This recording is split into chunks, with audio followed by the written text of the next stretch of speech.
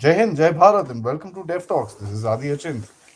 Saturday afternoon, live discussing the attack on India, which has begun. Why is the West now suddenly targeting India? Or is it so sudden? Or is it something that we have ignored for a bit? Something that we need to understand, we need to comprehend, we need to react, and we need to ensure that we are protected.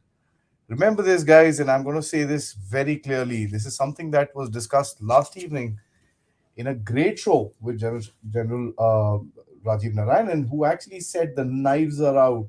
And I'm going to use that phrase that he had mentioned. The knives are indeed out. The guys are going to come after us with all that they have got to ensure that India does not reach its rightful place. A lot of things would have a certain sense of reality, of course, twisted to a large extent, and a lot of things will also have a lot of mirchi masala in it, which we need to decipher. Before I begin this, and I want to talk about, this is going to be a generic conversation where we will look into certain factors of these individual little targets that actually brought about. One is the BBC. Let's look at the BBC and look at the UK government by themselves as to what their actions have been. And second, let's talk about the Hindenburg Report, which is now targeting one of the biggest industrialists in India, Ambani. Adani, I'm sorry. It's not Ambani, it's Adani. Right. Apologies for that. But the main thing that I want to talk about is that why is all this stuff happening? What is the reason behind this entire game that is going to be played with India? Before I get into little bit of details that I've dug into, I request all of you guys, please like this video, subscribe to the channel if you haven't, hit the bell icon so that you get notifications. There is a QR code which has been put up here. If you want to help out the Dev Talks efforts, it is also very, very helpful to me if you guys please share these videos amongst your groups and so on and so forth, so that I can reach a larger audience. And yes, you can always become a member on Dev Talks. You can become, you can follow us on Telegram, where I have a channel and a group chat section. You can join us in the WhatsApp group. The links for both the Telegram and WhatsApp are down below in the description. One of the things that I want to talk about is the factor that India is today under attack. And that is something we need to understand. The knives are out. We need to kind of look at this very carefully. Why is this attack happening? Of course, we've been, the entire COVID pandemic was a turning point as far as India's stand in the world is concerned. There were massive reports coming out that India is just going to go down the tube. By written off, India is over. But we stand right here. Our businesses are up, our economy is up, everything is going. Our vaccines have been proven to be much better and much more efficacious than what the West actually has. I'm sure you guys are following the big, huge controversy that is happening with regards to Pfizer in the USA. One of their executives was caught on a sting operation, and he said a lot of things that probably Pfizer would have liked to keep under the wraps. That's one thing. Of course, our stand on Russia has not gone down well with regards to a lot of Western nations. People are, not very happy with the way India has taken a very strategic and autonomous stand to while considering its own interests. Any country, for that matter, should look at its own interests. But there's only one factor that we realize is the only country that looks after their own interest is the USA. And this is probably the first time another, not a very, very rich country has come up and stood their ground and said, enough, we will do what we desire to do. You're the president of the G20, you're also the president of the SEO. In the G20, you claim and you've been pounding about the factor that you will showcase India to the rest of the world. SEO, although not a very strong sort of a body, also coincides with BRICS, which is coming out to be a big, very strong body in a counter to the Western hegemonic, alliances that exist in this world. We are very, very adamant on a Security Council seat. We want the seat. We deserve the seat. There is no question about it. We talk about it all the time. Remember, every time you mention Security Council, you are pointing fingers at the P5 nations, including China. That's something that we must understand. You attack them, be ready for a counter attack. And of course, the biggest thing that happened, and I've done a beautiful show with General Narayan on this, is that we want to be the voice of the global south. Now, global south is a concept which I think a lot of us have suddenly started to realize, especially post the Ukraine war, that this sort of a structure actually exists. It's not a defined structure, but this something is there which is apart from the West. I want to break down a couple of things with regards to how this whole narrative is built up with one odd example. UNHRC's just recently submitted a report that, India's human right violations and stuff like that, human rights violations, by the way, are suspect, and, the West should be very careful in sending its industry towards India while coming out of China.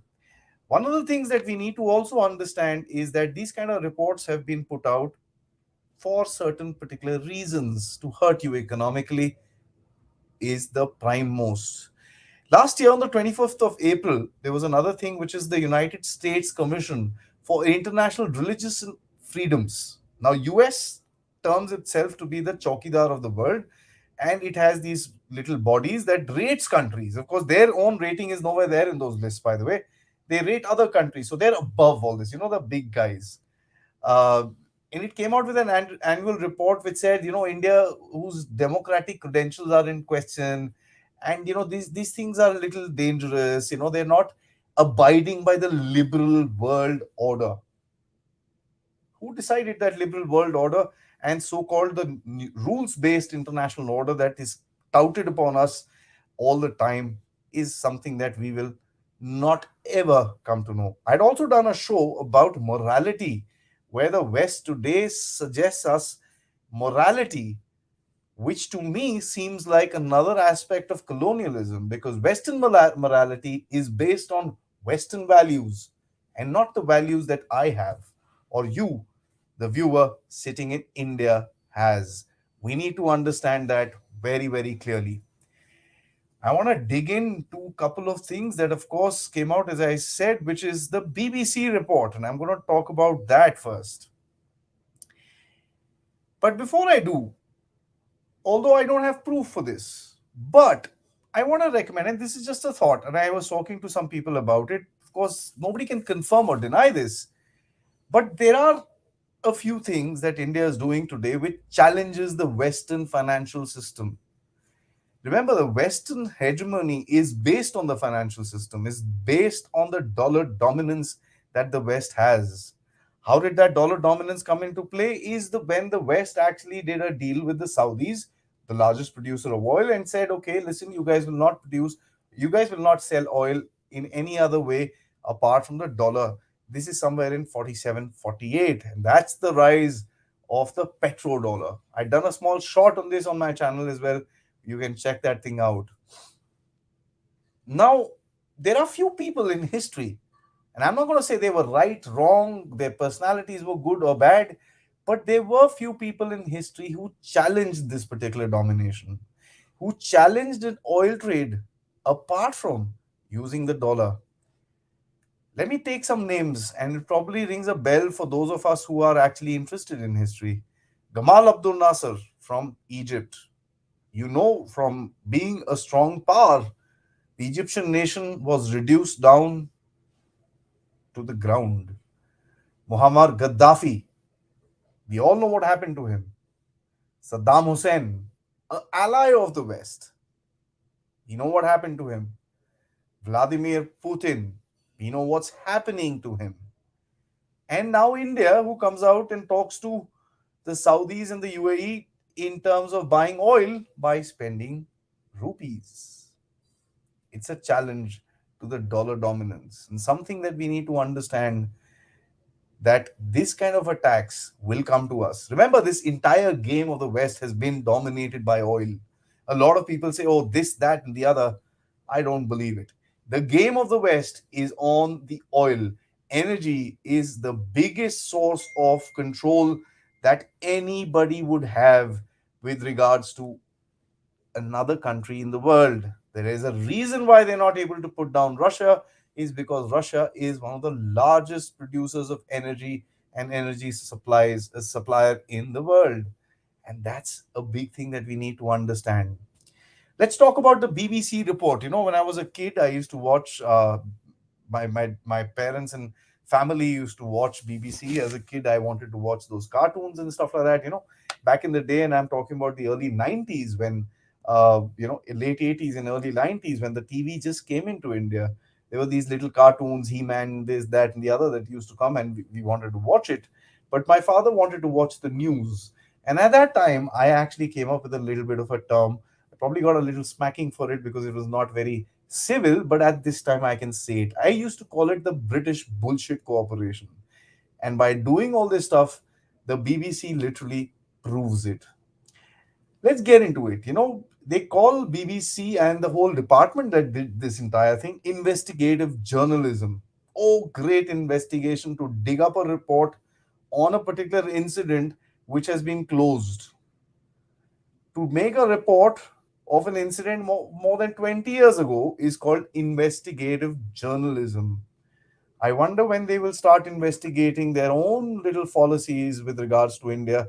And I think a lot of people have pointed them out on Twitter, so I don't want to get into it. We all know the Bengal famine, the Jallianwala Bagh, and so on and so forth. So their hands aren't clean, but they won't look at that. They would look at what India is doing. Why India?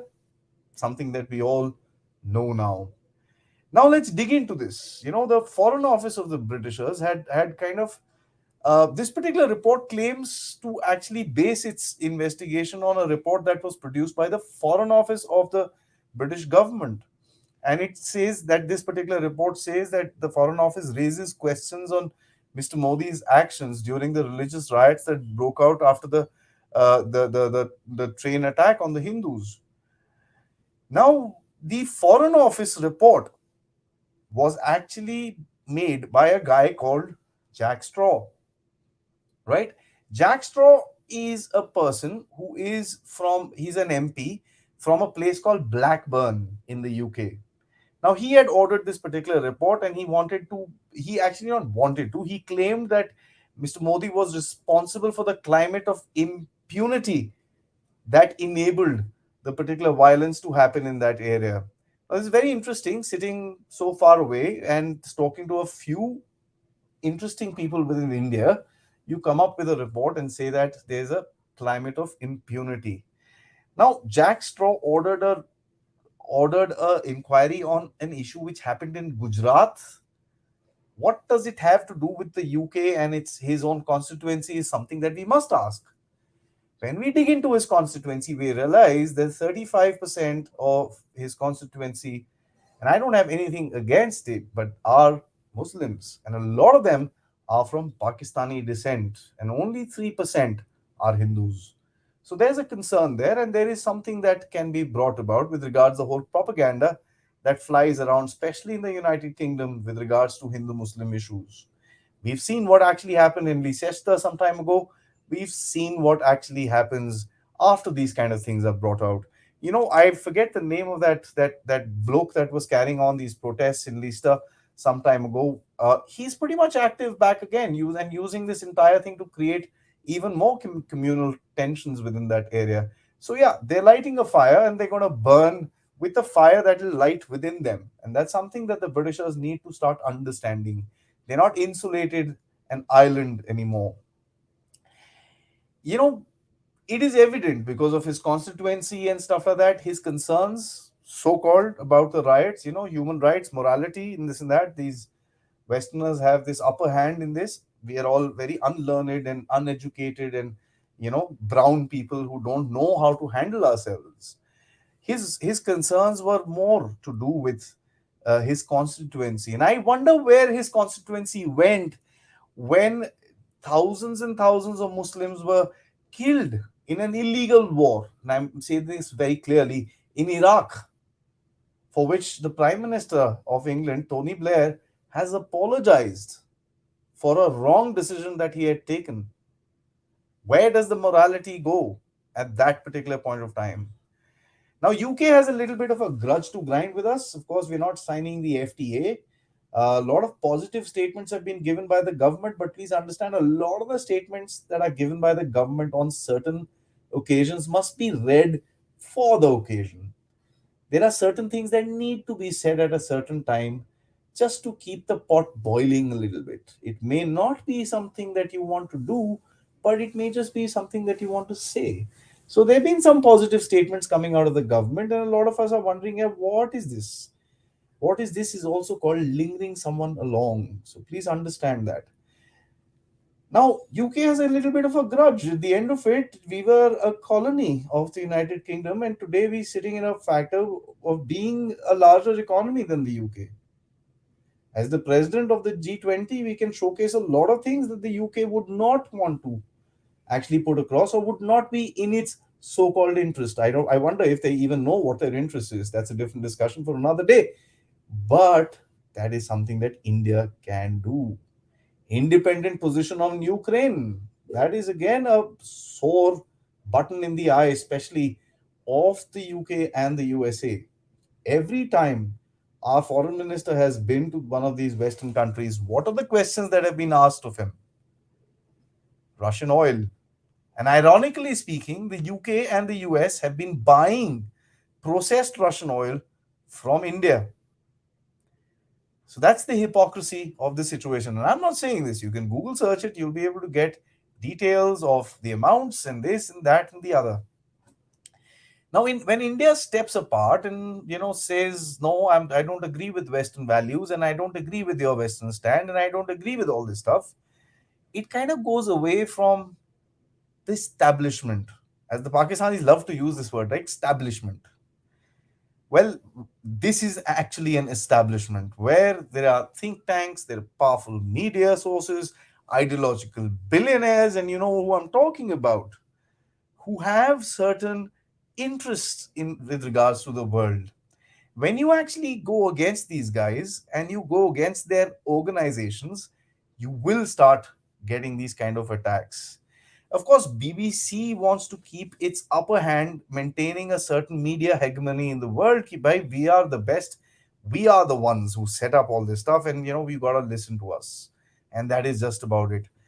It is also been suggested that this attack on Prime Minister Modi, per se, has been indirectly used to undermine the Indian origin UK Prime Minister Rishi Sunak.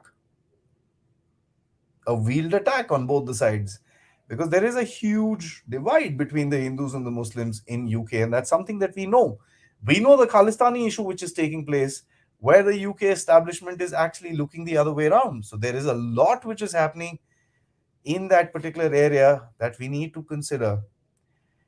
India needs to be careful with regards to what is going to come out of that place. This whole FTA business is fine as long as it meets our interests first. And that's something that we need to understand.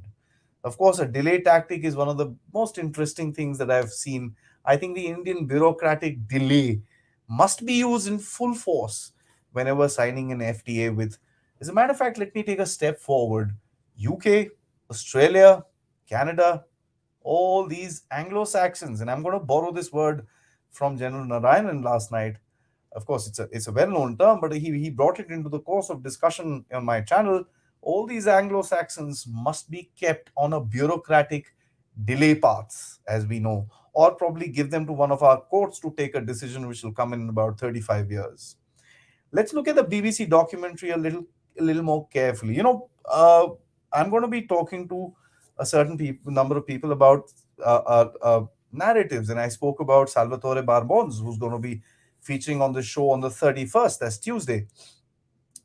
Uh, it is about and what his logic is, and I'm just going to take what he says, and it makes a little bit of sense. He says that a lot of these surveys that are done in India are done using certain people from certain institutions with a certain background, right? Even the BBC documentary has been based exactly like that. We need to understand this. Who are the people behind this? Alishan Jafri works for The Wire.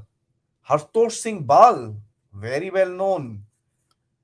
Caravan, right? So these are things that we need to understand. Then you have Arundhati Roy. Aha, interesting. You have Alt News, which is our friends who keep touting themselves as a fact checker. I don't know if he can spell that, but that's what he touts himself as. There are some whites, of course. There is Jeffrelot Christoph, who's a Indian. Uh, he's got a very weird sort of history, if I may.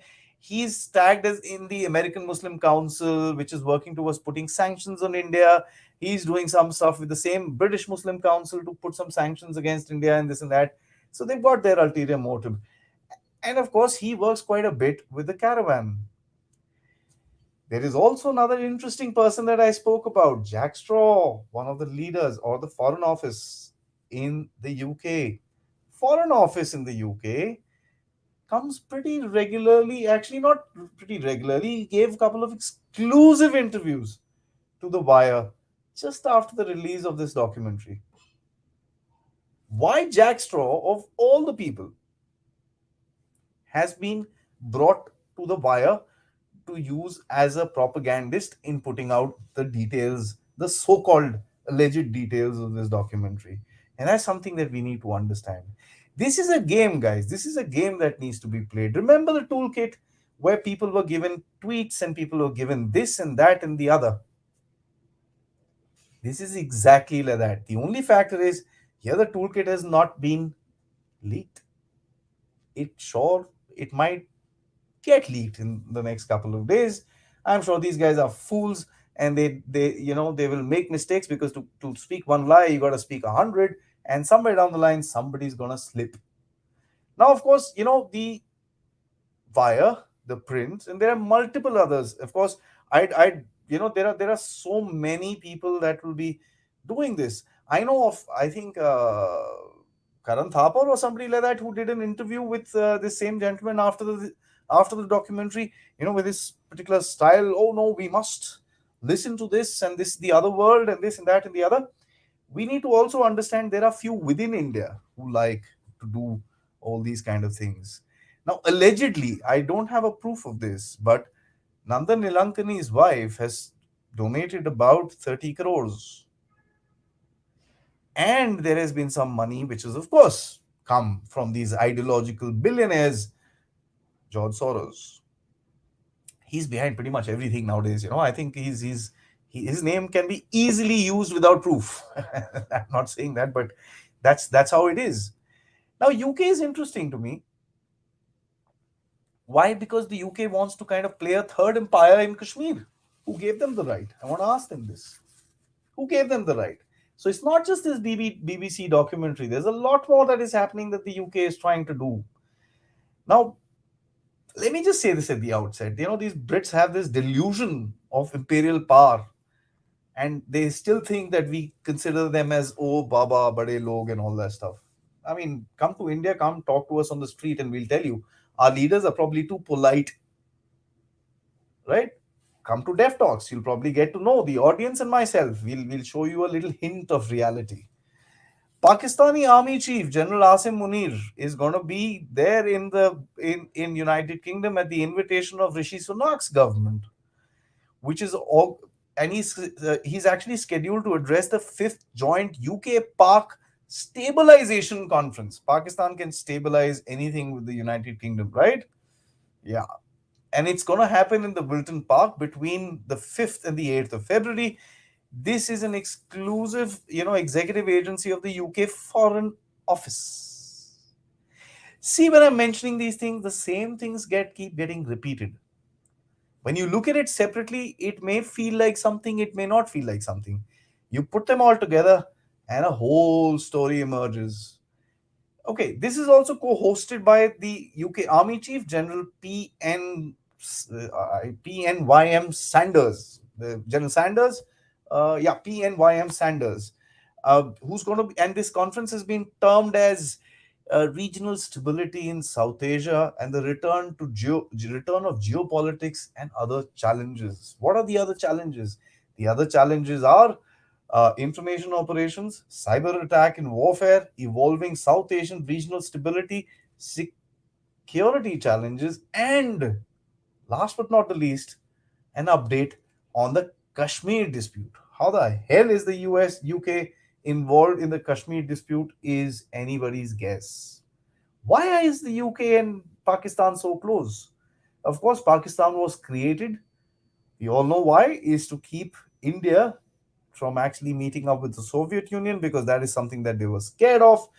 And of course, to have a particular problem in India at all times. So Pakistan is and UK have been very close, but there is also some relationships that have been developing. We all know the UK's obsession with Russia and Ukraine. I think they wake up and take a mala and go Ukraine, Ukraine, Ukraine, Ukraine, Ukraine every day, and that's what has been happening. Uh, the obsession with Ukraine has led the UK to Pakistan, who, as I exposed about 6 months ago, which is news coming out last month, but I said it 6 months ago on my channel, that the Pakistanis are supplying weapons to Ukraine. I actually gave the details of the companies, the details of the individuals who were actually supplying the weapons to Ukraine. If you guys want that, let me know. I'll actually give you all the details. I've written it in an article as well. Go to my website and you'll be able to see it with the date stamp of when it was published in the Financial Express. So I'm not saying it out of anything else. This was something that I had put out long, long time ago. They've been secretly sending these, Royal Air Force aircraft which are coming into northern Pakistan, picking up these weapons and flying off. What happened in India on the 5th of August 2019, the day that the Article 370 was taken away from our in front of us? The UK expressed concerns and requested for stability, especially in the Indian Kashmir. And this is exactly what the Foreign Office said. The UK played a double game, and let me say this very clearly. On the 16th of August, it sided with Pakistan, China, Kuwait, and wanted the UN Security Council to discuss the Kashmir issue. It was the US, it was France, it was Russia who said no. Right? They tried it again. And again, US, France, and Russia came to India's support and said, not gonna happen. And guys, this is not the Chinese doing it. We always blame the Chinese. Not that I'm a big fan of the Chinese, but there are other players in this game. There are other people trying to hurt us who try to be the best of friends with India. Pakistan, of course, runs to China for this whole support in the UNSC and stuff like that. But the Britishers have been silently supporting Pakistan in a lot of these issues, especially in the 1267 Council, which is the Anti-Terrorism Council. So there have been reports where the UK has sided with the Pakistanis in closed-door discussions, especially with regards to the issue of terrorism in Kashmir. That's the reality of UK. By discussing this so-called, and I'm going to say that very clearly, there's no freaking dispute in my head. Kashmir is ours, and there is no dispute to it. So the more they use this word, Kashmir dispute, it doesn't make a damn of a difference to us. Kashmir issue or Kashmir proverbial problem in their head, what they're trying to do is that the UK wants to come around and say, you know what, I'm the big father who created both of you. Let me sit down, let's talk, I'll sort this out for you and this and that. Put India in a little pressure, help out Pakistan a little bit, and then we will figure this out. Now, I want to ask some stuff from all the audience that is watching here. Have we forgotten the Chief of Defense Staff of the Britishers, General Nick Carter, I believe it was, who called these Talibanis as country boys? We should also know that the MI5 and MI6 trained senior Pakistani intelligence officers in their army base in north of London. 57 training courses have been given to Pakistani military officers and officers of multiple ranks and multiple phases in psychological operations and information operations.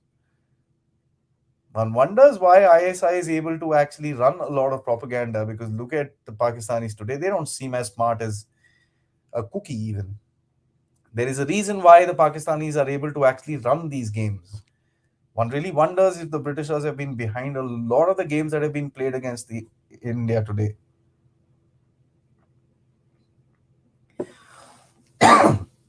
The UK government, interestingly, actually praises Pakistan for its efforts on combating terrorism. Praises Pakistan. I wonder how many of us would actually be able to digest it. The UK actually looked the other way around when the Pakistanis were supporting the Taliban, and they did not in certain cases, let the USA act upon it, because they said, there are a lot of issues. We know this area. Let's not, and this and that. And they would protect the Pakistanis. In 2018, when the UK Parliament was, government was actually questioned about Pakistani support to the Taliban, they said, this is a long-standing policy of the government not to discuss matters of relating to intelligence or national security in the Parliament. Hmm. By the way, a lot of us might not know UK is one of the largest suppliers, a significant supplier of arms to Pakistan. In January 2021, the British exported some 260 or $300 million worth of equipment to the Pakistanis, and a lot of licenses were granted for components of helicopters, weapon sights, small arms, and so on and so forth for the Pakistanis to manufacture themselves. Terrorist state, they say. You know, I don't get into politics, and I don't like to, because the domestic politics in this country is not constructive. And the idea of having this dirty domestic politics in India is for us to keep being stuck in it. There is a very clear reason why Dev Talks does not discuss politics, is because it's their game to keep us stuck within us, to keep us fighting inside, so that they can do all this stuff and nobody would notice. That's the reason why Dev Talks have been focused towards the outside, the geopolitics of things, a larger political aspect. I don't want to get into the BJP Congress part of it, but we know certain members of our opposition are very well connected within the UK. They visit the UK very, very frequently. There have been photographs that have come out. This is interesting. When you look at it, Bilorani, which is Bilawal Bhutto, makes a comment on Narendra Modi. On what? The Gujarat issue. BBC, our opposition leaders, some of them actually have interactions with these guys. And then BBC comes out with a documentary. One must learn how to connect the dots. We can't be so naive to think, yeah, nahi, ye to conspiracy theory hai. It's not. I mean, we must understand these kind of things may seem far-fetched in the horizon, but look at what's happening to us. Does that seem far-fetched in the horizon? The kind of influence operations actually that goes around? They want a trade deal from us, right?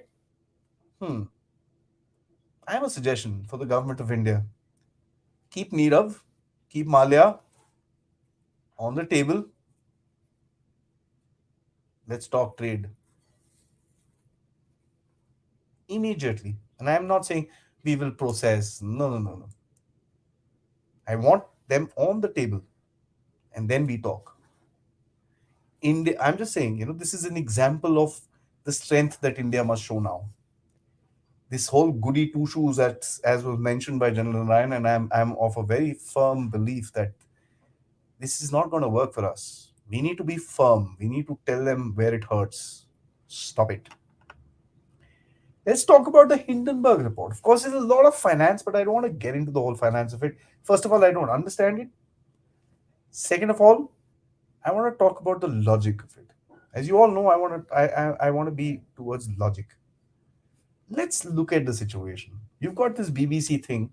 Why is the BBC thing done across? There's a reason. The reason is that if you're wanting to attract a lot of investment, You need your place to be safe and stable. And when you have communal tensions, who will invest in you?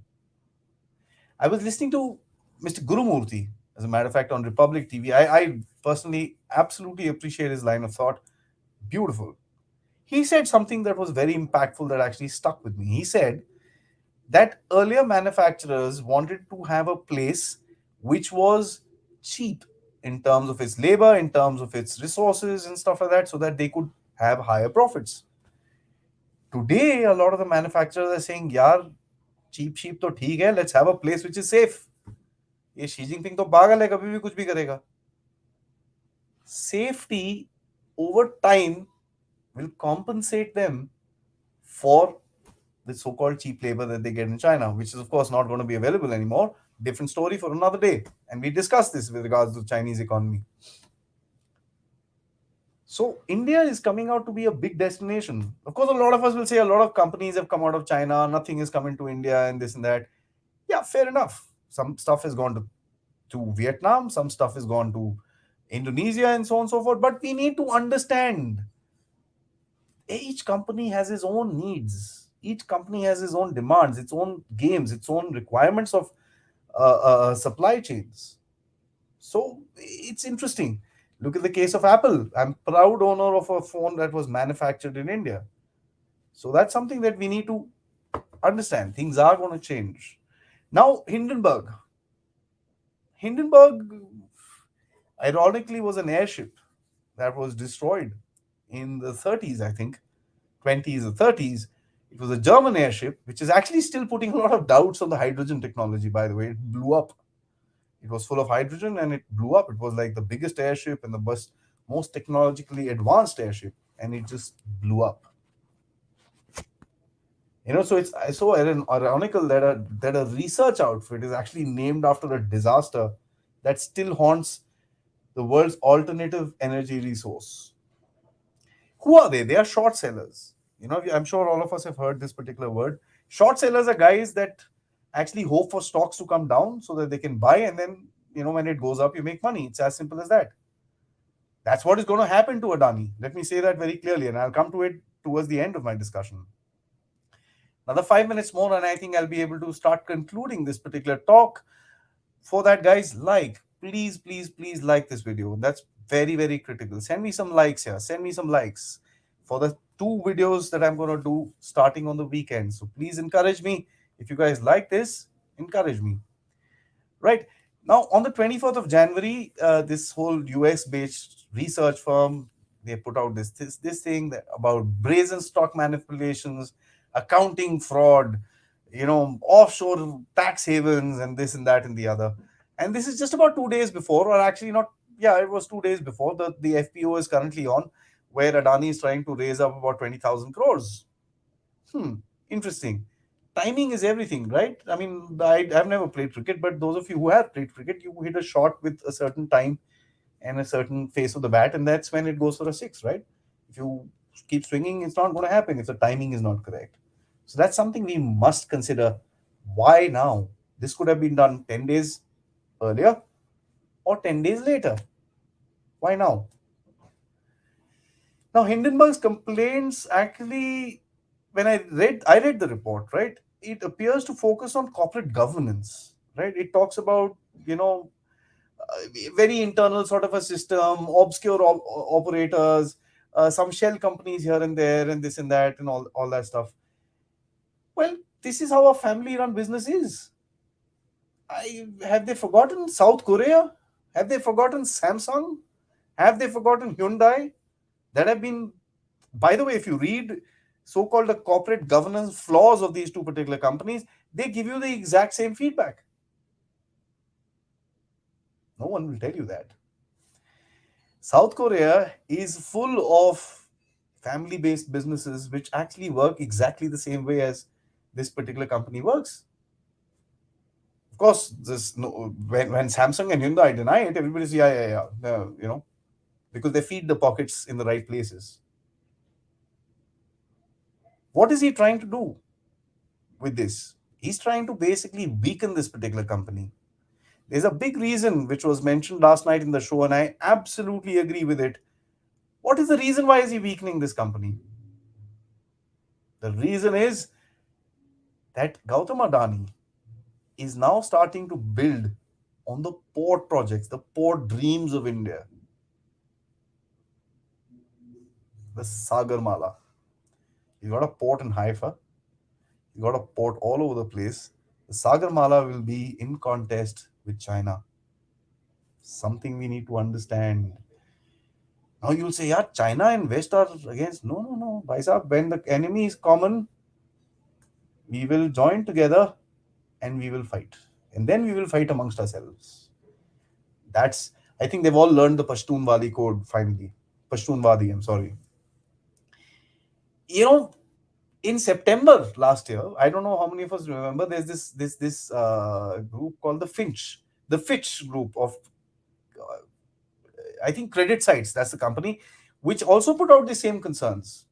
They sat down with the Ambani group and this and that, and then they said after the follow-up meeting, a lot of things have been clarified, and we personally made some misjudgments in the report. We are sorry. Ambani share, Adani shares took a big bloody beating during that time. They talk about offshoring. Offshoring, right? They're telling an Indian company about offshoring, especially British and American. Guys, I'm not going to give you the whole story because this whole thing is going to get very long, but I want you, the viewer, to research on something called the City of London, established sometime in the 10th century, by the way, that controls the entire financial market of London. Right? When I mean to say it controls the entire financial market of London, it means that it controls the money. In UK, there is a little bit of a game that if you create a trust in one of these places, in these hidden havens that the UK has, and it's legitimized hidden havens, nobody can investigate you.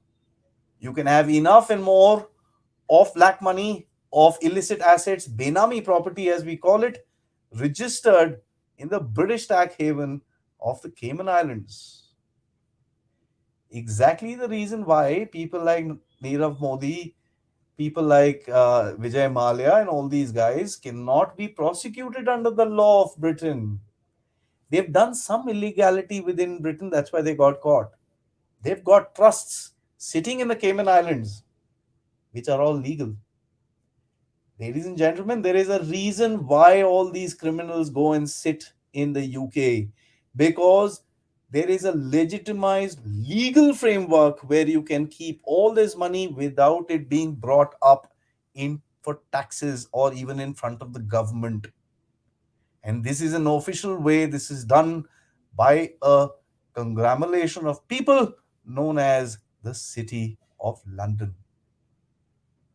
I want to ask all these businessmen sitting in New York with these huge ass cars and stuff like that, what happens in the Bahamas? This is stuff all big corporates do. Open our eyes. Let's kind of be realistic in our lives. Everybody wants to save tax, don't you? But does that discount what actually happened? City of London is something that we need to talk about a little more. And I'm doing some research on it. I will come out and expose them for what they are. They're the biggest criminal organization ever to set foot in the Western Hemisphere. Trust you me, guys, this particular City of London actually came out without the Americans even realizing it. When they did, they said, oh crap, this is what the Brits are doing. Go back, let's open up in Bahamas, let's do the same thing. The British have been thieves for hundreds and hundreds of years. Look what they've done to us, and they're going to tell us about morality and corporate governance. Interesting. There is a domestic angle to it, by the way, this whole Hindenburg report. There's a team of researchers sitting in Mumbai that have actually sent this report in a particular time, as I said, to create a political controversy along with a short selling so that his shares could be bought. I've been reading on Twitter, and I started since yesterday following a lot of these investment experts and stuff like that. I realized, a lot of these experts experts are today, no matter which side of the political framework that they are in, they're saying let's buy Adani stocks. And this is actually happening. And I've seen some opposition handles talking about buying Adani stocks today. So if Adani snaps out of this and actually starts rising up, which is to my mind what is going to happen, we all will realize what exactly took place. Last point I want to bring, boss, is Victoria Nuland has been now, she's come out and said very clearly that we are talking to oppositions of various countries in order to have American interests at the forefront. She said this in the Congress. She's around in Sri Lanka and Nepal, I believe. She's one to watch. Lastly, this is an economic message to India. Let me say this very, very clearly. And I don't want to mince my words in this. This is an economic message to India to tell us that, listen, you can grow as much as you want, but we can hurt you when we need to. So don't step out of line. Do we take this message or not is something that we will decide and we will look at. And I think the government will appropriately respond. That's one thing I can credit this government. It might be slow, but when they do respond, there's a hard hit. Let's get into your questions and thoughts, guys. Thank you so much for sticking on. Thank you so much, sir, for the super sticker, Mr. CS. Thank you so much. And let's get into the. Oh, wow. So many comments. Yes, Samir, I will try and do shows in Hindi as well. I'm trying to get this thing into 2 times a day. So one show in the afternoon that I will try and do solos or with someone will be more or less in Hindi. I mean, I'm not saying afternoon will be Hindi, but one Hindi, one English is something that I will be doing. But it'll be damn difficult for me to cover the same topic in both the things. Guys, I'm a single guy. Have a little heart. I'll try and do both, but it's going to be a little time before I actually come down into that particular thing. But if you want me to do stuff like that, I want to hit 10,000 followers. And that's something which I request all of you to please spread the word so that I can get to that point. It's an important critical milestone in YouTube when YouTube will start helping me grow a little faster. And the reason I want to grow faster is not because of the monetization factor. It is about the factor that India needs to have its own narrative. And the narrative that is being doled out by a lot of morons, if I may say that, sorry for the French. Like, for example, somebody asked a question last night: has India actually lost so many PPs because of a so-called defense analyst? I don't want to name him again, who says that we've lost these areas. I wonder if that defense analyst has ever been over 10,000 feet and today can even breathe in that particular environment.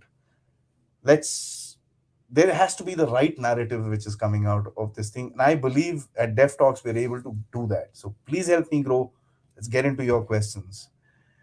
Sir, did you agree with some of Hindenburg points like overvaluation of debt? Ma'am, debt is actually as important as the factor as a company which is able to pay it. Right? There's nothing else.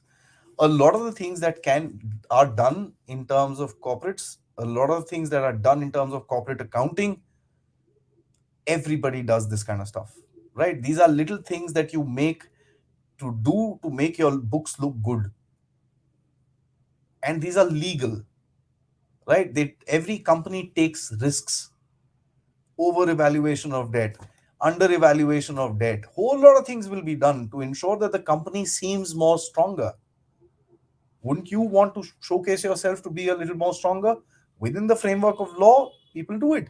Yes, if he's made a mistake, rap him for it. But who the hell is this Hindenburg report to come out and tell us? We've got our own bodies that should look at it. We don't need some person sitting from the States who's going to come and tell us what to do. Here is the same states that are pounding money into Ukraine, where the Ukrainian president's office himself has been caught with corruption charges. President's office people themselves. So let them please look at that before they come and start pointing fingers at us. I will like to wait with regards to certain aspects of that particular report. And I know, Urmila, madam, you have a certain amount of apprehension about it. Let's wait for the official word. My point is not about that. My point is about the narrative of this particular report. By the way, I request all of you to please read that disclaimer that this report is mentioned at the bottom. That we leave it on the reader's opinion to kind of justify this to themselves, whether they agree to it or not. Acha bhai, tu report likhega, you'll say bhaiya everything is okay, but then we will leave it to the reader यार. आप decide करो. हम तो यार सिर्फ लिखने वाले लोग हैं. तो लिखते क्यों हो भाई? If you can't stand by your report as what you are now saying, why have you put that disclaimer? Do you agree with? I was waiting for somebody to ask me this. Thank you, Ashutosh. Do you agree with the ban on the documentary? Are bans effective anyways? People are going to watch. If the government and communications are clear, would have been sufficient. Agree with you. But I also say this: when you ban something like this, you're also trying to challenge the big tech in the company, in the country. You challenge YouTube, you challenge Twitter, you challenged everyone to remove it, or you were going to face consequences, and all of them fell in line. This ban is not about people. I'm sure the government knows, yeah, by now people would have downloaded it. जिसको देखनी है वो देख लेगा अभी भी. VPN लगाओ देखो यार किसी को पता ही नहीं चलना. ठीक है? The ban is to also challenge the structure.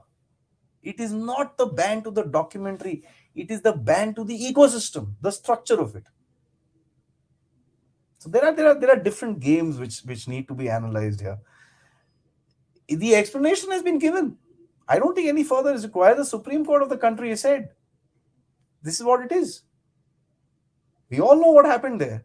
We all know what mistakes were made, or by whom what took place. That's how life is. We need to accept it, regret it, and move forward and ensure that this kind of stuff does not happen again. But the ban has a different purpose. And we as citizens need to understand that. A lot of us will say, why are we banning? This should be a free society and this, all that, okay. But these are also political games that are played with these large tech companies that needs to be also acknowledged, because these guys are also growing far beyond what they need to be. So that's something that we need to look at, right? Let's go to the next one. Brother, do you think the West is attacking? Do you think West is attacking? Hindenburg is also reported Nicola and many other Western countries. How come this is Western propaganda? Sir, till now, Hindenburg has done, I think, 16 reports, right? Only one has come out to be true. And they did this to Twitter as well, by the way. You're absolutely right. They've been hitting the Western these things as well. They are short sellers, right? They don't care about which country you come from. What they care about is the stock to fall so that people can ride in and grow up with it, or multiple other purposes with regards to any particular organization, making it a little more weaker. Remember, Adani was becoming one of the richest men in the world. So, yeah, we can't control what others say about us, but we're in full control how we react. So, how do you gauge a reaction to the BBC documentary? Was it not enough about the right of cover, the right or cover? I'm sorry, was it not enough about right or over the top hysterical? As I said, the reaction of the public in India has been a little more mature this time. There's been the fifth columnist that has actually tried to put it across everywhere. I think one of these politicians from the West Bengal, she tried to put it across on all multiple forums. Uh, you know, it's it's interesting when we see something like that. Remember, when this kind of stuff happens, they expose themselves. So a lot of the times we don't really realize, and I'm not saying a lot of this stuff is done purposefully. You take these situations as it comes, but at the end of it, I firmly believe that the ban actually played a huge role with regards to us sending a message to big tech as well. That is required because those are the guys that actually spread the propaganda. Going into the elections to 2024, you need to have control over these things. That is what built the narrative within the country. So I find a reaction has been a little over the top. We don't need to react in that hysterical a manner, but we need to analyze why. We need to analyze the timings, we need to analyze the sources, and we need to be well informed so that we can counter it. They have saved money because of thousands of small investors and small shareholders. I'm sure you're talking about the Adani. Yeah, I'm sure he has. I won't want to comment further on that. Adi, ever notice how little attention is given to the fact that we are sanctioned by the USA from 98 to 2002? Despite the fact every year we were attacked, those sanctions are useless. Sanctions never works. Look at any other country, Iran, North Korea. I mean, they're still surviving. They wanted to destroy them. Syria, we will destroy Syria. We will ruin Putin. What? Ruble will be converted to rubble, right? That was the dialogue. What happened? Nothing. So it's these sanctions don't kind of they're not, you know. U.S. intelligence wipes out anyone who talked about Hunter Biden's laptop. They're the last people talking about censorship of that story that could have single-handedly changed the 2020 elections. So there's a lot that happens at the back end that we've just started to realize. We all look at it very clearly, guys. Look at us about 10 years ago, or 5 years ago, or even 3 years ago. Whenever something like this used to come out, we used to be like, "Oh, isne ye bol diya." Previously, a Washington Post article, we would get fuming. There'll be debates in the evening. Who cares what the Washington Post writes today? That's exactly what's going to happen a little further down. But the whole reason that this BBC documentary went a little this thing, because one, it targeted Modi Saab, it targeted a very, very delicate balance within the country, which can actually result into a lot of problems. And that's the reason why people reacted. That's the reason why I am reacting. I don't react to every Tom, Dick, and Harry writing an article. And we all know who writes articles in Washington Post and BBC and this and that. I can find you 50 other articles written in BBC which are anti-India. But there's particular ones which are targeted for a certain region that we need to kind of react to, right? Okay, let's go forward, guys. Please put hashtag ask. Yeah, I mean, it's damn difficult because I don't want to be giving blank space when I'm reading the questions. Are we not signing the FTA with UK? Are there parties in the UK itself that want to scuttle the FTA? I'm sure they are. A lot of the Pakistani interests. You look at that silly MP that got up and started ranting in the Pakistan in the UK Parliament, that had to be shut off by Rishi Sunak. There are Khalistani interests there. There are a whole lot of interests that would not like this damn thing to happen. So it's how it is. People are going to be doing this kind of stuff against you. The more powerful you become, the more stronger you become, the bigger economy you become, this will happen. Again, I'm not pro China, but look at the kind of stuff we talk about China. So that's going to happen. People will. I mean, I don't get into propaganda against China, but people do. I mean, there's a YouTube channel. I don't want to name it. This guy puts across every third days. Oh, 10 days left for China, 15 days for. He's been saying that for 2 years now. Yeah, that's how it is. When open media will actually happen like that. Thapa clans are feeling threatened. People are after Rai Bahat. Yeah, of course. That I agree with you. I agree with you. Although I really think this report on Adani is an information attack, but I also think there is definitely something wrong in Adani's 2000% group share price in the next past 3 years. Yeah, fair enough. There might be, and if there is, it needs to be investigated into. I am not pro Adani or anything like that. I do hope the SEBI checks and gives everything in a clean check. It would be great. Absolutely, Amay. I agree with you. If there is something, investigate him, take him up, take him down, check him out. There's no problem.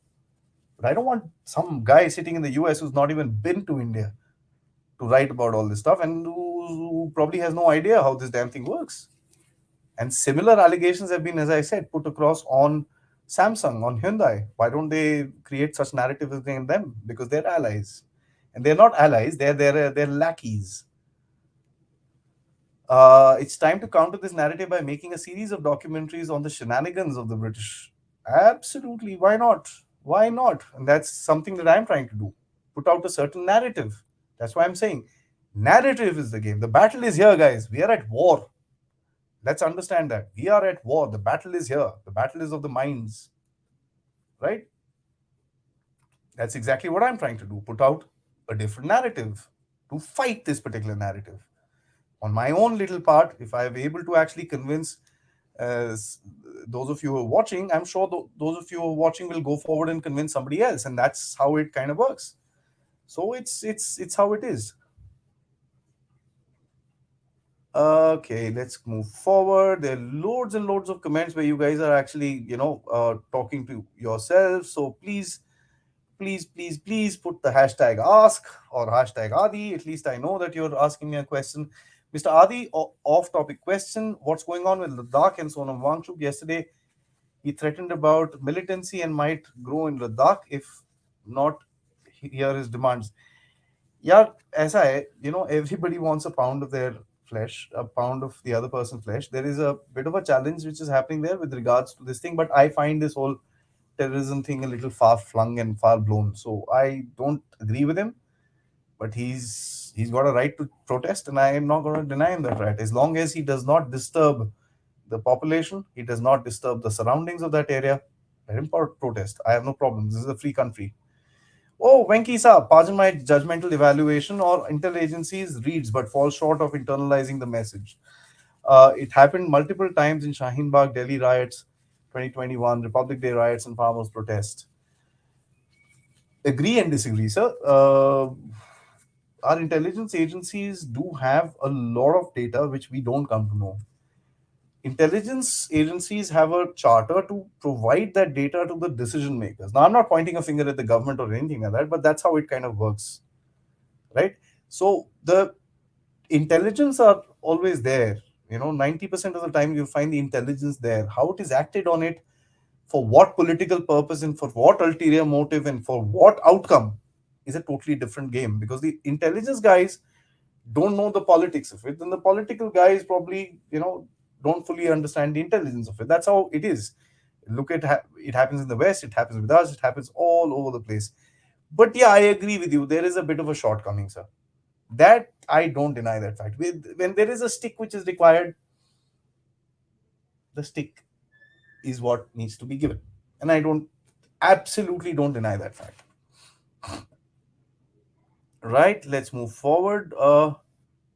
Okay, a documentary takes folks to 6 months, made exactly 6 months ago. Rahul Gandhi was in the UK and he said kerosene has been poured all over India, just needs to spark the fire.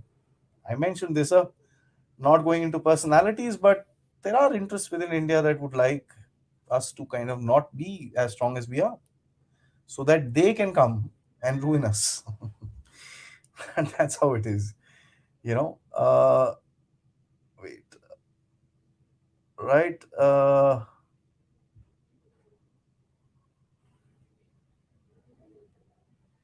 Yeah, exactly. John Saab, I agree with you. I'm less interested in the opposition antics from any country. I'm interested in the government of the day. They make the laws, policies, and history.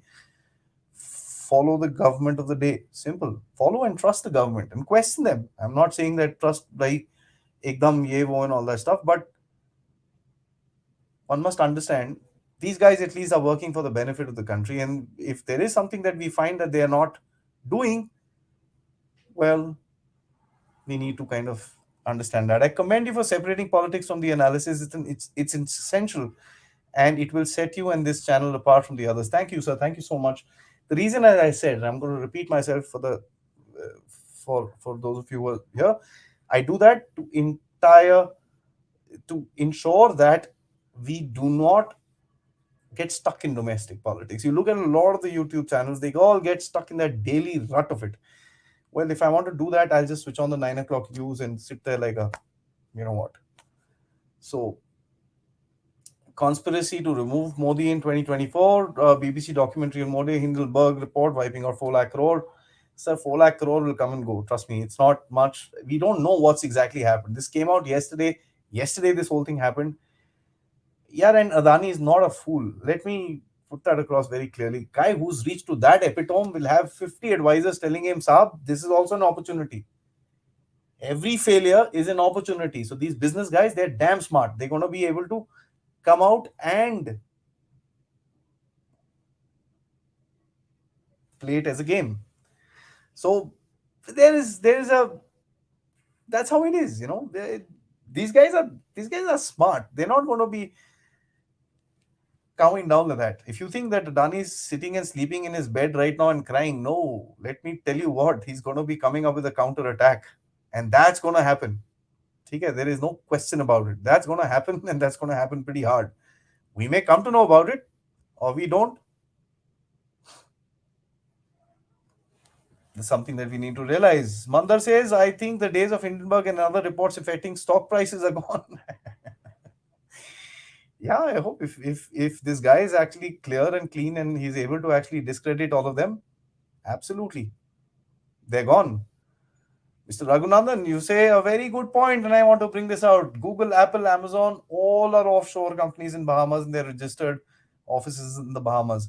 Saab, let me tell you one thing. Any guy who becomes in the B marker, right, the billion mark, they all do this. Please look at the taxes that these so-called Trump. Look at Trump, right, the president of the country. He doesn't pay much tax. Why? He's offshored, and it's legal there. So it's how it is. You know, these are things, either you shut it off everywhere, right, or if everywhere it is on, then let it be, because at the end of it, you're doing it, your entire, and British economy, by the way, is based on offshoring. Just do a little research to figure out how does the pound actually stay up. What is the circulation in the British economy? What the hell do they produce? Nothing. It's a financial economy. Why is it a financial economy? I leave that to your imagination. Right? Okay, right.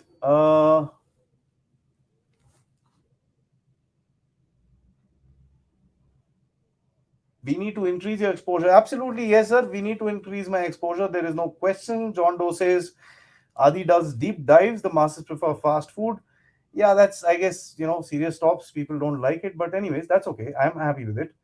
I'm happy with it. I don't mind. I have you guys who are very, very focused towards there and who don't go on to, a totally different rant, especially what I see in other channels. It's irritating. I'm glad I have a good audience like all of you guys who actually listen to what we are saying, comment on what we are saying, and actually react. And I keep getting emails. Trust me, I mean, I get emails, I get messages, I get posts here and there. I get so many comments on YouTube telling us about where we've gone right, where we've gone wrong, and stuff like that. So that's fine. That's perfectly all right. I'm patient. I'm enjoying this. As a matter of fact, I'm not a professional journalist or anything like that. I enjoy talking to you guys. I enjoy like doing stuff like this, and that's why I do it. I like reading. I like finding myself out, and I like to keep myself updated.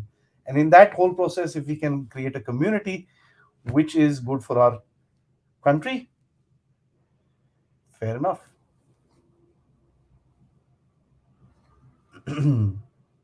They are scared because Adani is not supported by them. Adani is India's Rockefeller. I think I know where you read this from, sir. But this is something, yeah, this is something which has been coming out very, very clearly. Uh, you know, it's it's it's how it is. A lot of people will target these kind of people. It's at the end of it. Uh, they want to forget, and as Dictator 12321 says, Adi asked them to discuss the Panama Papers. You'll find everything. Well, Panama Papers has a very interesting person's name, and his name is Volodymyr Zelensky, whose, by the way, net worth has doubled since the war. They talk about corruption. So everyone is for sale against us. We have to coalesce together and defend our common assets. I'll go so little forward. We're not poor. Buy them off. They want money, right? Throw it on their face.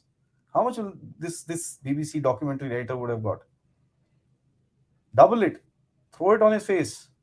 Why don't we have an international media propaganda outlet? That is where I find there's a big problem, and the narrative of India needs to be kept up. You can't do it with, I mean, with all respect to Palki Sharma Upadhyay and this and that. Her research and this and that is not good enough for an India narrative. A lot of people say, oh, she's the only person. No, she's not. And I don't find her research methodology credible. For example, they have very glaring lack of connections in their news articles. A narrative is based upon a very, very strong connect. For example, if you actually look at this BBC documentary, anybody who has a basic idea of history of what happened that time will be able to debunk it point by point. And that's the problem. You can't, narratives are not lies, narratives need to stick. That's when it becomes an actual picture. And I say this very clearly, truth must be a narrative. Because you say one lie, you'll have to say 100 more to cover it up. I am saying we put out the truth, we put out the right truth in the right way, hitting the right people with proper targets so that the truth becomes our narrative itself. It's not a spin game that we play like the Chinese or the Pakistanis, because you know what happens to them after that. We need to stick with the truth and keep the truth as our narrative. Uh, okay. Guys, please like. This is a video I've been kind of, I've literally sat through by the time and did the research. So I hope you guys like what I said. A lot of conversations amongst yourself. Okay, isn't the infiltration of foreign interests into our opposition parties also a threat to Indian security? So where isn't? We find this. Okay, let me put this across. Where in the world do you not have foreign intervention? The Chinese are up in arms with every damn opposition party around the place. There's Victoria Noodle talking about regime changes all over the place. This happens everywhere. This is how it is. This is the drawback of us. This whole silly little revolution that we had called globalization, where the globalists and the neocons say that there is no borders, so we can interfere in any damn thing which happens around the world. That's how it is. This is the reality. So instead of saying why are they doing this, we need to find a way to fight it. You can't stop that other guy from interfering in your business. What do? Put a firewall like China? It doesn't work. Why I say it doesn't work is because you can see the COVID videos coming out of China today. You can isolate yourself, but you can't ignore the world. It's better that you start living with reality. Okay, there's a bit of a conspiracy theory that talks about Xi Jinping being elevated to the position with a lot of help, wait for it, given by Barack Obama and Hillary Clinton. Dig it out. I'd like to close the show, guys. We're at about 1 hour and 11 minutes. I don't want to talk a little more than that because I'm going to come back to you guys in the night with someone really, really special and interesting, where we will talk about Pakistan. And this person is someone that all of you know. I'm not going to say his name right now, but stay tuned for a notification around 8:15, where I'm going to break the secret of who it is going to be. That particular talk is going to be in Hindi. Okay, so I'm sure all of you who've been asking me for Hindi shows will enjoy that. As I said, I don't want to do both. And no, Anikesh is not General Shankar, sir. It's going to be someone else, right? I'll leave it at that. Okay, thank you so much, guys, for joining in. You know, collaborate with big YouTubers. This channel needs to expand. Yes, sir, I'm trying to do that. Absolutely. Need to get to 10,000. A lot of people start taking you seriously for that. So please help me out. Thanks so much, guys, for joining in. It's so nice to actually interact with you and get so many responses. I'm going to be trying to do more of these weekend, 2 shows in the weekend, so that we can talk in the daytime and we can talk in the evenings as well, uh, to get to a certain point where we are actually covering more and more topics. Tomorrow I plan to do either Bhutan, which I think is an interesting and an important thing that we need to understand, because the Chinese are making some inroads there, or we will cover the Ukraine war and what's actually happening with this whole tank argument which is taking place. Thank you so much, guys. Till next time, Jai Hind, Jai Bharat, and stay tuned. And please, please, please spread the word. Help me out, grow. Jai Hind.